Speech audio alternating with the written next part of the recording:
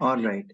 Uh, so in the last class, we talked about the differences between a perfect competition and a market structure. वैसे तो हमने और भी types of market structure की बात की थी, लेकिन ऑफ कोर्स वो ओ लेवल सिलेबस में नहीं है, लेकिन आपको मैंने फिर भी आइडिया दे दिया। अब और हमने दोनों के बारे में बात भी कर ली, डिफरेंसेस क्या हैं। तो अब हम जल्दी जल्दी इसको कवर करते हैं। एक तो कंपटीशन तो हमें समझ आ ही रहा है, मैं आपको बताया था, एक बता रहा था, बल्कि वो शायद सेशन एक्सपायर कर गया था कि कंपटीशन जो है ना वो डायरेक्ट भी हो सकता है, इनडायरेक्ट भी। What is the difference? Difference is कि let's say there is another firm which is selling the same product which you are selling. तो ऑफ कोर्स वो नीड और वांट भी सेम सेटिस्फाई कर रही है और प्रोडक्ट भी क्वाइट सिमिलर है टू योर प्रोडक्ट। तो वो तो डायरेक्ट कंपटीशन में है, जैसे पेप्सी और कोक हैं, या बाटा और सर्विस हैं, या मैकडोनल्ड्स एंड केएफसी हैं। तो ये सारे जो हैं वो डायरेक्ट कंपटीशन में है। अच्छा, लेकिन there can be an indirect competition as well, कि प्रोडक्ट जो है वो तो सेम नहीं है, but they satisfy almost the similar need और वांट ऑफ द पीपल। तो अब अगर मैं ये कहूँ कि a vacuum cleaner cleaner and a broom, अब दोनों की नेचर फर्क है, उनका उनकी मेक फर्क है, लेकिन उनका काम एक ही है, टू क्लीन द फ्लोर। इसी तरह से अगर मैं टी और जूस की बात कर लूं, तो अब ये दोनों भी ऑफ कोर्स नेचर में तो डिफरेंट हैं, लेकिन ऑफ कोर्स यही पूछा जाता है ना, किसी के घर भी जाए जी, ठंडा या गर्म। तो ऑफ कोर्स इसका मतलब है वो कंपटीशन में ऑटोमेटिकली आ जाता है कि घरों में जो कोल्ड ड्रिंक या कोई हॉट ड्रिंक इस्तेमाल किया जाता है, तो ये इनडायरेक्ट कंपटीशन में फिर इस तरह से आ जाएगा। अच्छा, अब हम आगे चलते हैं। बाल, ये तो कंपटीशन, कंपटीशन के लिए जरूरी नहीं है कि प्रोडक्ट सेम हो, इसलिए मैंने ये डेफिनेशन में नहीं लिखा कि वो प्रोडक्ट सेल कर रहा है फर्म, वो सेम भी हो सकते हैं, they can be entirely different, but they serve the same purpose. तो उस वजह से वो they are part of the competition. अच्छा, एडवांटेजेस ऑफ कंपटीशन की बात करते हैं, तो उसमें efficient use of resources to lower cost. अच्छा भला, ये एफिशिएंट यूज ऑफ रिसोर्स तो हमें समझ आता है ना कि रिसोर्स की वेस्टेज कम से कम हो, प्रोडक्टिविटी ज्यादा से ज्यादा हो, ताकि मिनिमम ऑफ रिसोर्सेज से मैक्सिमम आउटपुट प्रोड्यूस किया जा सके, and that is what we call efficient use of resources. अच्छा, तो ये उससे कॉस्ट आपकी कम हो जाती है, ठीक है। तो कॉस्ट आप क्यों कम करना चाह रहे हैं? Of course because you need to compete on price basis too, क्योंकि प्राइस पे भी कंपटीशन किया जाता है। आपकी कॉस्ट कम होगी तो you will be able to bring down your price as, ठीक है, to have a competitive advantage over your competitors, या to stay competitive in the market, कि आपकी प्राइस ऐसी हो कि लोगों को वो गुड वैल्यू फॉर मनी लगे, it should not be too high, ठीक है। और वो आप अगर, या अगर थोड़ी ज्यादा कम कर सकते हैं, तो people might also like to buy, अगर quality up to the mark है और कीमत रिलेटिवली लोअर है कंपेयर टू अदर कंपटीटर्स, तो आपकी सेल में इजाफा हो सकता है। या अगर even if you are charging the similar sort of a price in comparison to your competitor, तो तब भी आपकी प्रोडक्ट competitive ही कहलाएगी, अगर आप जो क्वालिटी ऑफर कर रहे हैं is the same as your competitor offering. तो प्राइस भी उन जैसी और क्वालिटी भी उन जैसी, तो फिर लोग जब उनकी लेंगे प्रोडक्ट, तो आपकी भी लेंगे। अब जैसे हम कहते हैं कि जनरली हम अगर कंपटीटर्स की बात करें, तो तीन गाड़ियां जो कि आगे लोगों ने ली भी, और वो अर्ली भी आ गई। स्पोर्टेज चलो पहले थी, वो 200 आ गई, फिर एमजी आ गई, और माशाल्लाह आपके पास एमजी है भी। तो अब वो तीनों गाड़ियां जो है ना, अब जब लोगों ने, जिनके पास, अब खैर थोड़ी कीमतें ज्यादा हो गई हैं, तो जिसके पास भी अगर 70-80 लाख का बजट है, तो वो फिर इन तीनों गाड़ियों के बारे में सोचता है कि भाई इनमें से कौन सी लेनी है। तो इसीलिए तीनों गाड़ियों की प्राइसेस भी कोई ज्यादा फर्क नहीं है इनमें। स्पोर्टिज ले लो आप, 200 ले लो, और एमजी भी ले लो, अब जो यहाँ पर असेंबल की जाती है, तो उनकी कीमतें ऑलमोस्ट एक जैसी ही नजर आ रही हैं। इनफैक्ट अगर मैं थोड़ी और गाड़ियों की बात कर लूँ, तो इसमें एक प्रोटॉन X70 भी है, इसी तरह एक चैंगान ओशान X7 भी है, इसी तरह फिर हैवल H6 आ गई है। ये आपके नाम आपने सुने हुए हैं या ऊपर से निकल रहे हैं? सर ऊपर से निकल रहे हैं। अच्छा चलो, कोई बात नहीं है, अच्छा, खैर कोई बात नहीं। खैर, तो बता रहे हैं, ये सारी ना एसयूवीज हैं जिनके मैं नाम बता रहा हूँ आपको। एसयूवीज है, तो इनकी प्राइस जो है ना वो 70 से 80 85 के रेंज में आ रही है। तो उसी ब्रैकेट में सब लॉन्च कर रहे हैं, क्योंकि आपकी, और सब ऑलमोस्ट अच्छे लेटेस्ट फीचर्स दे रहे हैं उसमें। तो अब वो प्राइस पे, तो इसका मतलब है आपको कम्पीट करना ही पड़ता है, चाहे आपकी क्वालिटी अच्छी ही क्यों ना हो। हाँ, इनकेस अगर आपका ब्रांड इमेज जो है ना वो डिस्टिंक्टिव है, और there is no match at all, या आपकी प्रोडक्ट बहुत यूनिक है, तो फिर आपको प्राइस डाउन करने की जरूरत नहीं है। वो फिर और बात है। अच्छा, तो एक तो कंपटीशन में सबसे बड़ा फायदा ये होता है कि रिसोर्स का वेस्ट नहीं होता, उनका मैक्सिमम प्रोडक्टिव यूज होता है। ठीक है जी। और उससे ऑफ कोर्स कॉस्ट कम होती है, और ऑफ कोर्स उसमें आगे जो अगला वाला पॉइंट लिखा है, जो रिसोर्स का वेस्ट तो कम होता है, वो मैंने अगला पॉइंट बना लिया है कि कंज्यूमर्स को कम प्राइसेस चार्ज की जाती है। उसकी एक वजह ये भी है कि जब कंपटीशन ज्यादा होता है तो डिमांड हो जाती है इलास्टिक। आपने पढ़ा हुआ है कि जब नंबर ऑफ सब्स्टिट्यूट ज्यादा होते हैं तो डिमांड बिकम्स इलास्टिक, और उस वक्त जो राइट स्ट्रेटेजी है प्राइसिंग की वो होती है to lower down the price, क्योंकि आपको पता है प्राइस थोड़ी सी भी कम करेंगे तो there will be a significant rise in the demand of the product, और ओवरऑल आपका रेवेन्यू जो है ना वो बढ़ेगा और प्रॉफिट भी बढ़ जाएगा। अच्छा, तो एक ये फायदा कंज्यूमर्स को होता है कि सस्ती चीजें मिलेंगी, वरना पहले जो है वो तो, ये जो मैंने अभी आपको गाड़ियों की एग्जांपल दे रहा था, तो ये अब खैर कीमतें ज्यादा महंगी हो गई, वरना पहले 50 लाख से शुरू हो रही थी कीमतें। अब जरा 60 से जो है ना वो और 80 85 तक जा रही है। तो अब इनमें आपको बहुत वैरायटी मिल जाती है। पहले तो एसयूवीज की बात करें तो दो ही गाड़ियां ध्यान में आती थी। कौन सी भला, बता दो, इतना तो पता होगा। एसयूवीज में कौन सी गाड़ियां पहले ध्यान में आती थी अभी, जो इस दौर से अगर हम निकल जाए, कोई आज से हम 5 7 साल पीछे चले जाएं तो? नहीं, जैसे फॉर्च्यूनर है, जैसे प्राडो लैंड क्रूजर है, यही होती थी ना गाड़ियां, और कौन सी है? एसयूवी में तो यही थी। पर वो प्राडो बहुत महंगी थी, अभी भी बहुत महंगी हो गई, 10 11 करोड़ की। आपकी जो टॉप ऑफ द लाइन है वो आती है, 11 करोड़ की गाड़ी किसने लेनी है? प्राडो। और कितने के लोग ले सकते हैं? फॉर्च्यूनर भी देख लें तो 1.5 करोड़ की है। तो अब आपको जब 60 से 85 लाख में गाड़ियां मिल रही हैं, वो भी अच्छी हाई टेक फीचर के साथ, तो फिर वो लोग वही लेंगे। तो लोगों को फायदा हो रहा है, क्वालिटी अच्छी, प्राइस कम। और ये आगे मैंने वही बात कवर कर ली है, ग्रेटर चॉइस फॉर कस्टमर्स। तो customers can take pick up from any of the goods which are available in the market। कोई जो प्राइस को थोड़ा नीचे करना चाह रहा है, वो मतलब प्राइस को आप कह लो फेवर करता है, और प्राइस पे कॉम्प्रोमाइज नहीं करना चाह रहा, तो वो प्रोडक्ट को देखेगा जिसकी प्राइस थोड़ी कम हो, फीचर थोड़ी कम भी हो तो चलेगा। और जो कहता है कि नहीं मुझे गाड़ी जो है ना वो एडवांस फीचर जैसा चाहिए, तो वो फिर प्राइस को कॉम्प्रोमाइज कर सकता है। तो ये डिपेंड करता है कस्टमर के ऊपर कि वो कौन सी गाड़ी लेना चाहते हैं। अच्छा, तो अब बगैर फीचर के साथ, जैसे कि एक बीआरवी भी आती है, होंडा बीआरवी। पता है आपको होंडा बीआरवी का? जी सर। होंडा बीआरवी अब एसयूवी जरूर है, ये कह सकते हैं एसयूवी, और 7 सीटर भी है गाड़ी। तो लेकिन उसमें कोई हाईटेक फीचर्स नहीं है, मतलब उसमें क्रूज कंट्रोल नहीं है, एडाप्टिव क्रूज कंट्रोल नहीं है, कोई उसमें अपना वार्निंग नहीं होती।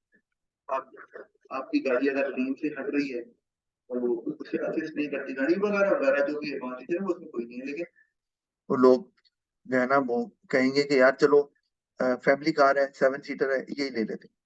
और जो लोग कहते हैं नहीं भाई हमें तो हाईटेक गाड़ी चाहिए, अच्छी गाड़ी चाहिए, तो फिर वो और गाड़ियों पे जा सकती है जिसमें कैपेसिटी तो उतनी नहीं है, जैसे 200 या एमजी या स्पोर्टेज। इनमें तो कैपेसिटी ज्यादा नहीं है, ऑफ कोर्स 5 सीट 5 सीटर ही है ये, लेकिन उसमें फिर बाकी फीचर्स की वजह से, इमेज की वजह से भी लोग लेते हैं, तो प्रेफरेंस।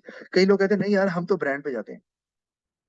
कई लोग ब्रांड जो है ना उसको देखकर ले लेते हैं कि नहीं यार लेना तो यही लेंगे, जो मर्जी हो जाए। यानी कई लोग अभी सिविक ले रहे हैं, होंडा सिविक, क्योंकि नाम बहुत है, लेकिन होंडा सिविक की जो प्राइस है वो जो वो ऑफर कर रहे हैं वो उससे मैच नहीं करती, लेकिन कई फिर भी लोग ले रहे हैं, क्यों? Just because of the image. अच्छा, फिर ना कस्टमर प्रेफरेंसेस, ग्रेटर चॉइस।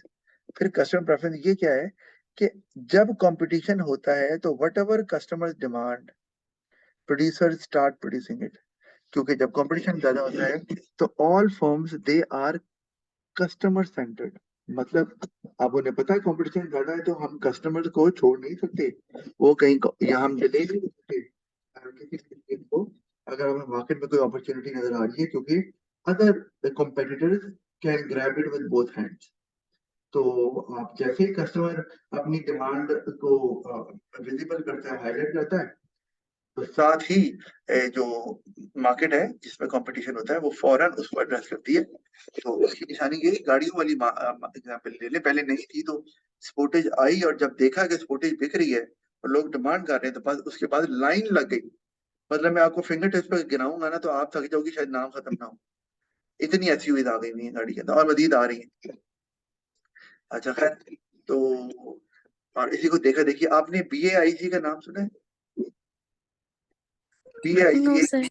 एक जीप है, यानी कि शायद आपने देखी हो रोड पे, पुराने मॉडल की डिजाइन की तरह की जीप है, लेकिन बिल्कुल जो है ना वो नई लुक दी हुई है उसे। है वो पुरानी जीप्स की तरह, वो जो पहाड़ों में जीपें चलती थी, चलती हैं उस तरह की, लेकिन बिल्कुल नहीं। और अंदर जो है ना वो उन्होंने फीचर्स भी एडवांस दिए हुए हैं। नहीं देखी? BAIC के नाम से? अच्छा चले कोई बात। सर देखिए अभी याद नहीं है। हाँ चलो कोई बात नहीं, तो देखना शुरू कर दो। मुझे ये बताओ, A लेवल्स में आपने बिजनेस रखना है? जी सर। रखना है, रखना है तो फिर ये आदत बना लो कि चीजों को ऑब्जर्व करना शुरू करो, पर्टिकुलरली प्रोडक्ट्स जो फर्म बेचती हैं। टीवी अगर आप नहीं भी देख रही तो सेल फोन है, उसका एडवर्टाइजमेंट आ रहा है, उसको वॉच करो क्लोजली कि इसमें क्या खास बात है। तो ये स्टार्ट डूइंग इट, क्योंकि आगे जो है वो सब्जेक्ट और क्रिएटिव हो जाता है, you have to come up with your own answer. तो वो आपके लिए अच्छा है कि अपनी जो है ना ये ऑब्जर्वेशन को बढ़ाओ, एक्सटेंड करो। अच्छा खैर, मैं गाड़ियों की बात कर रहा था, तो girls are not always fond of cars. तो और चीजों की बात की जा सकती है, वो गारमेंट्स हैं या कॉस्मेटिक्स हैं या और चीजें हैं, उन पे आप जो आपका इंटरेस्ट है तो उसमें आप फिर इंटरेस्ट लो और देखो, कोई चीज देखिए इसकी मेक क्या है या कब से चल रही है, तो ये आदत बना लें, डेवलप कर लें इसको। अच्छा, तो ये बात हो गया व्हाई डू फर्म्स compete, तो ये क्यों compete करती हैं फर्म्स आपस में?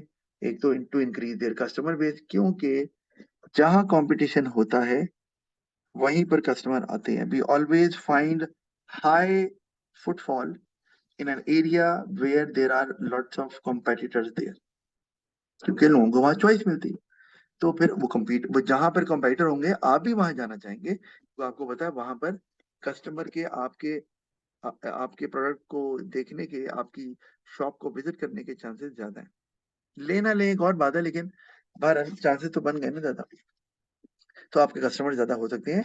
And even you can snatch customers from your competitors as well if you have a belief that your product is far better than your competitors. अच्छा, फिर आ गया to increase sales. Of course customer base बढ़ानी है और sales को भी इजाफा करना चाह रहे हैं, मतलब रेवेन्यू बढ़ाना चाह रहे हैं, ये भी आप चाह रहे हैं साथ साथ। तो ऊपर कस्टमर बेस तो बढ़ा रहे हैं, यहाँ पर आप प्राइस नहीं कम करना चाहेंगे।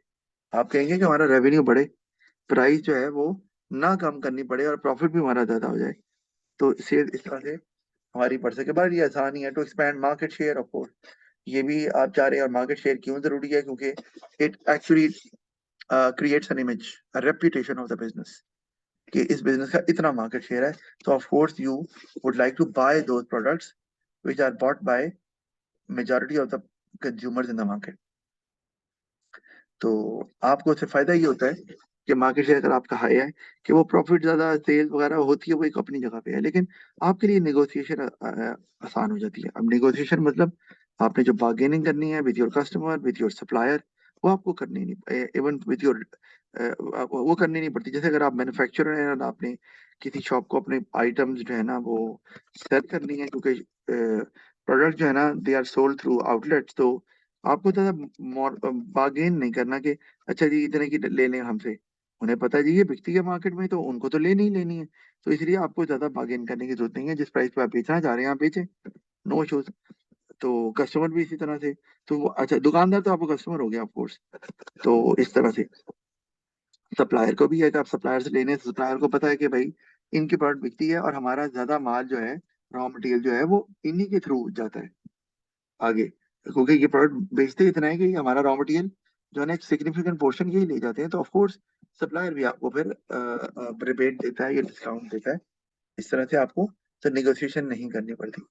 टू अचीव प्रोडक्ट सुपीरियोरिटी की बात कर लें तो यस, आपके एक एडवांटेज बन जाता है और आप उसको कैश करवा सकते हैं फिर, मतलब कंपटीशन में if you stand out in the competition, तो फिर आप दूसरी प्रोडक्ट्स भी निकाल सकते हैं और लोग सिर्फ ब्रांड देखकर ही वो प्रोडक्ट ले लेंगे, because now you have a distinctive image. मतलब कहने का मतलब ये है, आप अगर रेस अकेले भाग रहे हो, आप अकेली भाग रही हो तो क्या कह रही हो, मैं सबसे तेज दौड़ती हूँ, कहती रहो, मानेगा थोड़ी कोई। हाँ, जब आप किसी कंपटीशन में हिस्सा लेती हो, रेस कंपटीशन में, and you win that race, तो अब एक एस्टेब्लिश हो गई आइडेंटिटी आपकी कि you are a fast runner. ठीक है, तो अब आप उसको क्लेम भी कर सकती हो और अब आप एक इमेज भी डेवलप हो गया है आपका। तो इसी तरह से बिजनेसेस को भी कंपटीशन में जाकर विन करना है, ताकि वो अपनी सुपीरियोरिटी का शो कर सकें। वरना सुपीरियोरिटी आप जितना मर्जी एडवर्टाइजमेंट में शो करते रहें, जितना मर्जी वो तो लोग ये कहेंगे you are biased towards your own product, तो why should we believe it. लेकिन जब वो कंपटीशन में नजर आएगा कि जी ये आगे जा रहा है, इस पे रश लगा है, लोग इसको ज्यादा पसंद करते हैं, तो ऑफ कोर्स वो फिर ऑटोमेटिकली इमेज स्टैब्लिश हो जाएगा। और वो चूंकि फैक्ट बेस्ड होगा, एविडेंसेस हैं उसको होंगे उसके, तो उसको डिनाई कोई नहीं कर सकता फिर। और फिर उसको आप जितना मर्जी कैश कराएं, कीमत बढ़ा लें, जो भी आपने करना, और आप सेफ भी हो जाते हैं डिस्पाइट हैविंग इंटेंस कंपटीशन, क्योंकि आपका जो इमेज है वो बहुत डिस्टिंक्टिव है फ्रॉम अदर राइवल बिजनेसेस।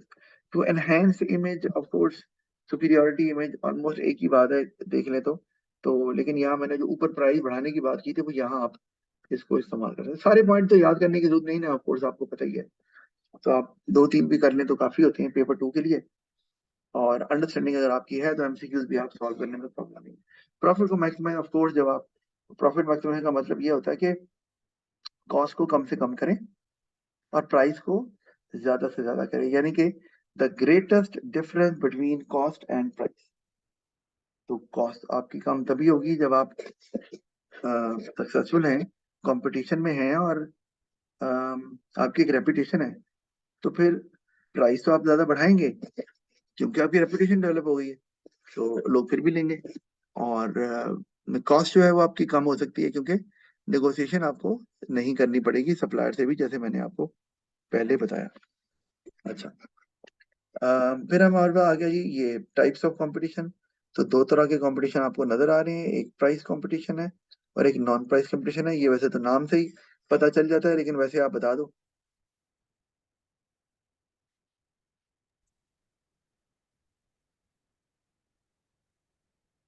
बता दो ना फर्क दोनों में।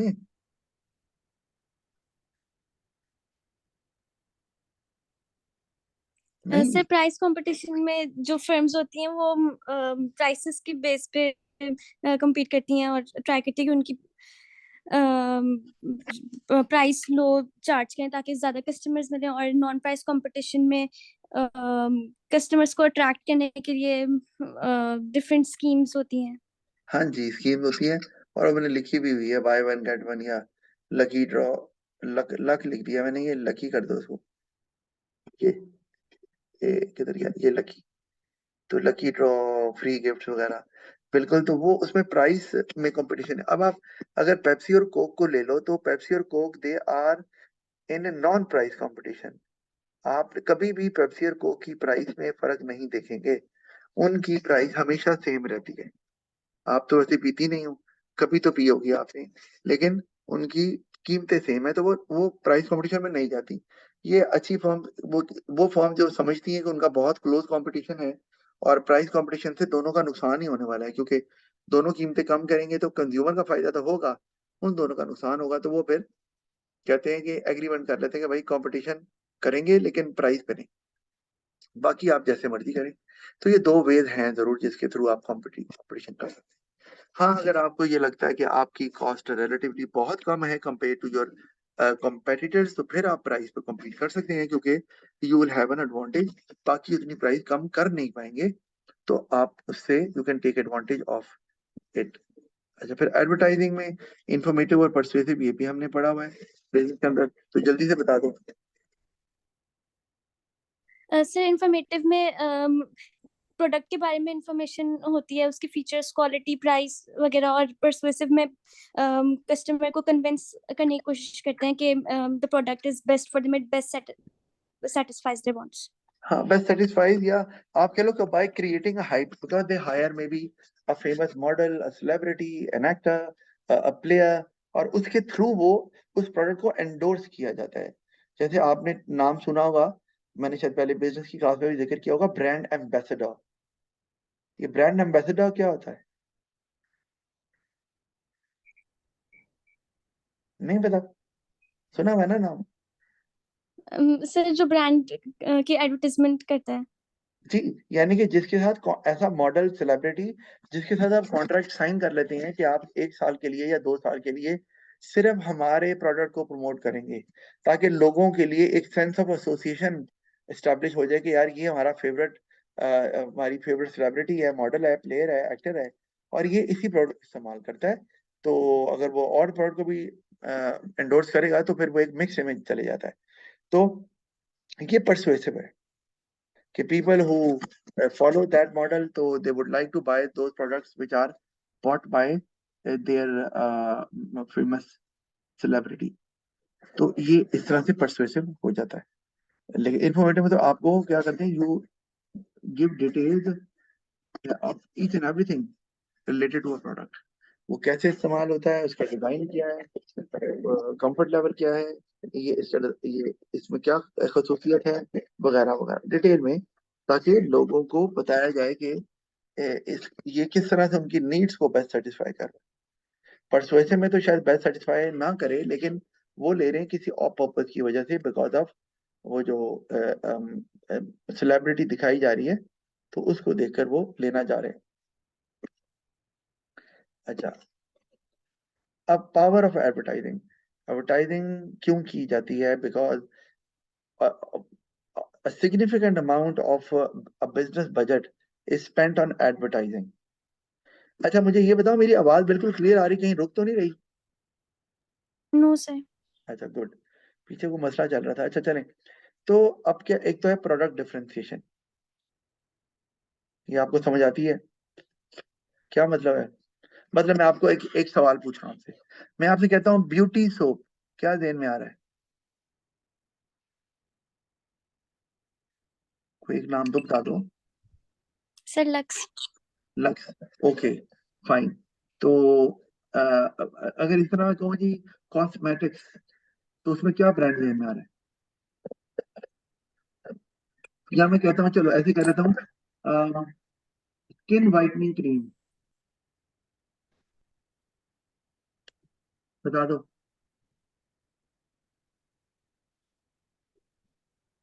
कोई नहीं ध्यान में आ रहा? ना करो इस तरह से। अच्छा, मैं और आपको कहता हूँ जी, कोई फीमेल ड्रेसेस का कोई मशहूर ब्रांड। निशात। निशान। अच्छा, ओके, ऑल राइट। या खाड़ी आप कह लें, वो भी अच्छा है ना? जी सर। हाँ। तो अब ये क्या है कि ये through advertisement they create product differentiation, कि our product is different from other brands which are available. तो that is done through advertising, क्या आप बताते हैं। अच्छा, एक ये भी है, मैं अगर आपको, अच्छा डिफरेंशिएशन, एक तो आप ब्रांड इमेज के थ्रू, कि ये एलीट क्लास इस्तेमाल कर दिया आपने, जो नाम लिए निशात या मैंने खाड़ी बोल दिया, तो ये एलीट क्लास इस्तेमाल करती है, ये इमेज दिया गया, तो ये डिफरेंशिएशन आ गई ऑटोमेटिकली, ऑटोमेटिकली आ गई। अच्छा, अब आपने लक्स बोला, ब्यूटी सोप है, तो ये भी डिफरेंशिएशन। मैं अगर कह दूं डिटॉल सोप, तो क्या ध्यान में आता है?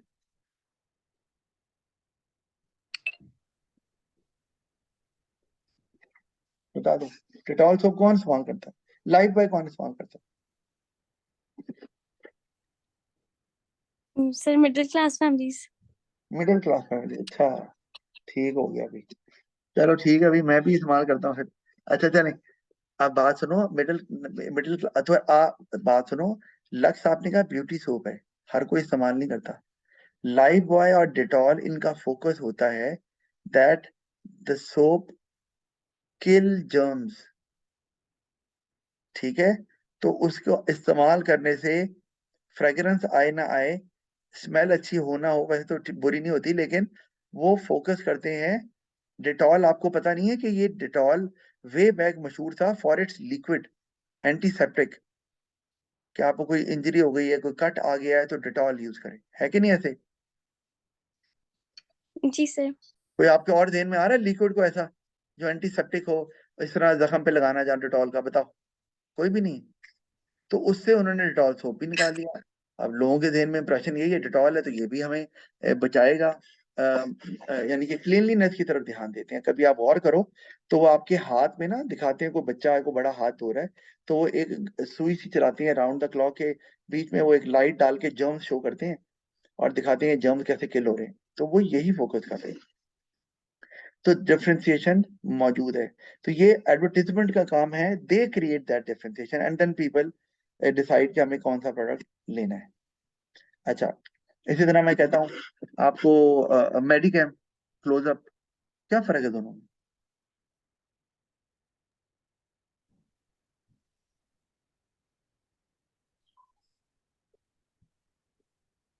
सर मेडिकैम जो होता है वो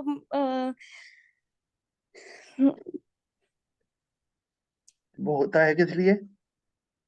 कोई हिंट तो दे दो। सर जर्म्स, हाँ सर जी। वो सेंसिटिव टीथ के लिए, जर्म्स किल करने के लिए, और जी जो दूसरा वाला हाँ, होता है वो फ्रेश ब्रेथ ब्रेथ के लिए। बिल्कुल सही आपने कहा, तभी उसका नाम क्लोजअप, फ्रेश ब्रेथ के लिए। और उसमें उसमें खुशबू ज्यादा अच्छी होती है। और मेडिकेम जो होता है वो बिल्कुल आपने सही कहा, मेडिकेटेड। वो पहले तो डेंटल क्रीम लिखा होता था। तो बिल्कुल अगर आपके कोई आपको प्रॉब्लम चल रहा है कोई टूथ में, या सेंसिटिविटी ज्यादा है आपके टीथ में, तो उसको इस्तेमाल करें। या वैसे भी कोई और problem issues related to your teeth हो, उनको भी सॉल्व करते हैं। तो बिल्कुल आपके, तो ये डिफरेंशिएशन आपको कैसे पता चला? आपको कंपनी वालों ने बताया? ऑफ कोर्स नहीं। जो प्रमोशन वो करते हैं, एडवर्टाइजमेंट करते हैं, उसी से पता चला। अच्छा, ब्रांड इमेज, फिर वो एक इमेज भी एडवर्टाइजमेंट के थ्रू ही क्रिएट करते हैं, क्योंकि जितना महंगा प्रोडक्ट होता है उतनी एडवर्टाइजमेंट भी हाई क्लास होनी चाहिए। और जब आप सिलेक्ट कर रहे होते हैं मॉडल, तो आपको देखना है कि आप टॉप मॉडल्स को सिलेक्ट करें उसको, उसके लिए, ताकि आपका वो same image should be conveyed. और अगर कोई बहुत सस्ता सा मोबाइल है, तो वो गली में खेलते हुए कोई लड़के इस्तेमाल कर रहे हैं, वो पता है उनके पास पैसे ही नहीं होते, तो उनको सस्ता मोबाइल ही लेना है। तो वो इस तरह से आप इमेज देते हैं कि ये product it is meant for what sort of people. तो ये एडवर्टाइजमेंट बताता है, आसान हो जाता है फिर भाई करना। फिर कंपटीशन को कम भी करता है ऑफ कोर्स। एडवर्टाइजमेंट से जब इमेज क्रिएट होता है तो लोग कहते हैं यही लेना है, इमेज बन गया तो वो लोग दूसरे ब्रांड्स लेना पसंद नहीं करते। तो ये भी एक बात है। आपके घर में कोई टीवी गेम है जो खेलता हो, जैसे कि एक्सबॉक्स है या कुछ ऐसा है? Yes sir. अच्छा, एक्सबॉक्स किसकी है? किसका ब्रांड है ये?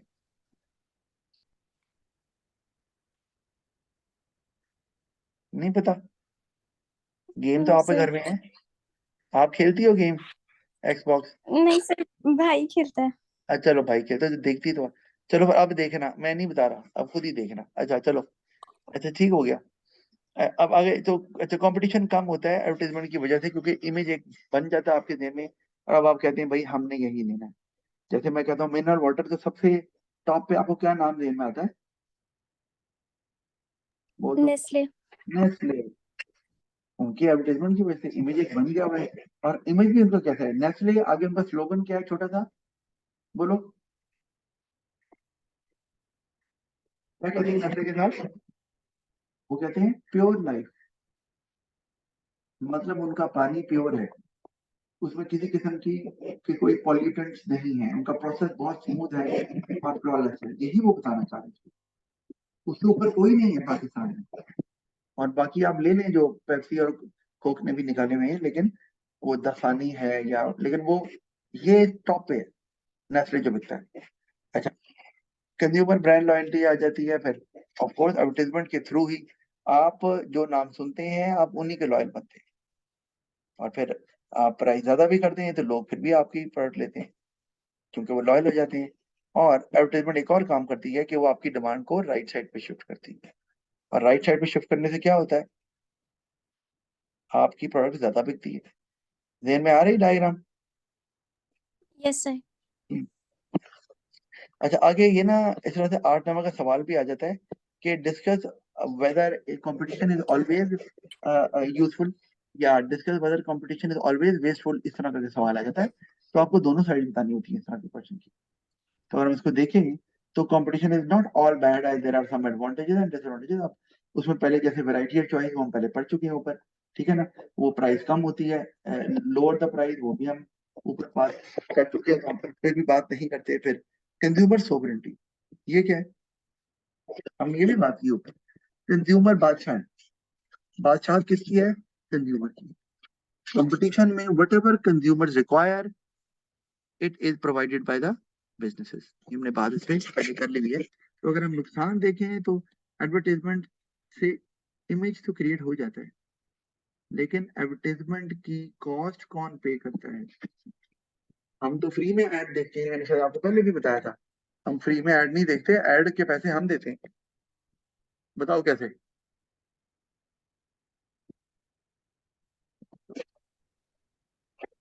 सर वो प्राइसेस हाई कर देते हैं कॉस्ट कवर करने के लिए। हाँ जी, तो फिर हम ही पे करते हैं ना।